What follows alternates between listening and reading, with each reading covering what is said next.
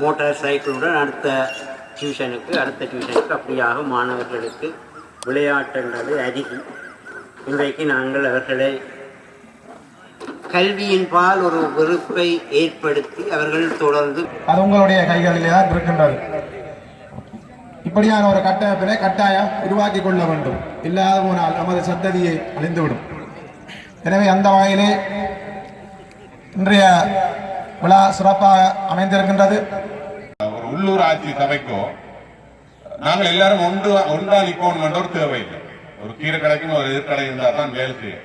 இப்ப நாங்கள் எல்லாரும் ஒன்றா நின்றால் அடுத்த முறையும் எங்களுக்கு தெரியும். நாங்கள் ஒன்றுமே செய்ய தேவையில்லை. நாங்கள் வந்து கேட்டவுடன் நீங்கள் எங்களுக்கு தருவியல் போட்டு தருவியல்.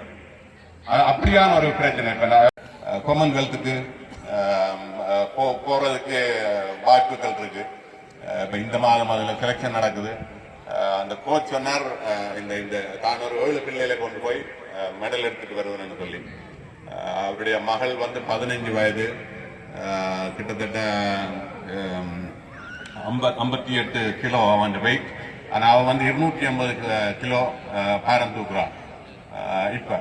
அப்ப அவ வந்து காமன்வெல்த்ல போய் நிச்சயமாக கோல்டு எடுக்கிறதுக்கு வாய்ப்பு இருக்கு.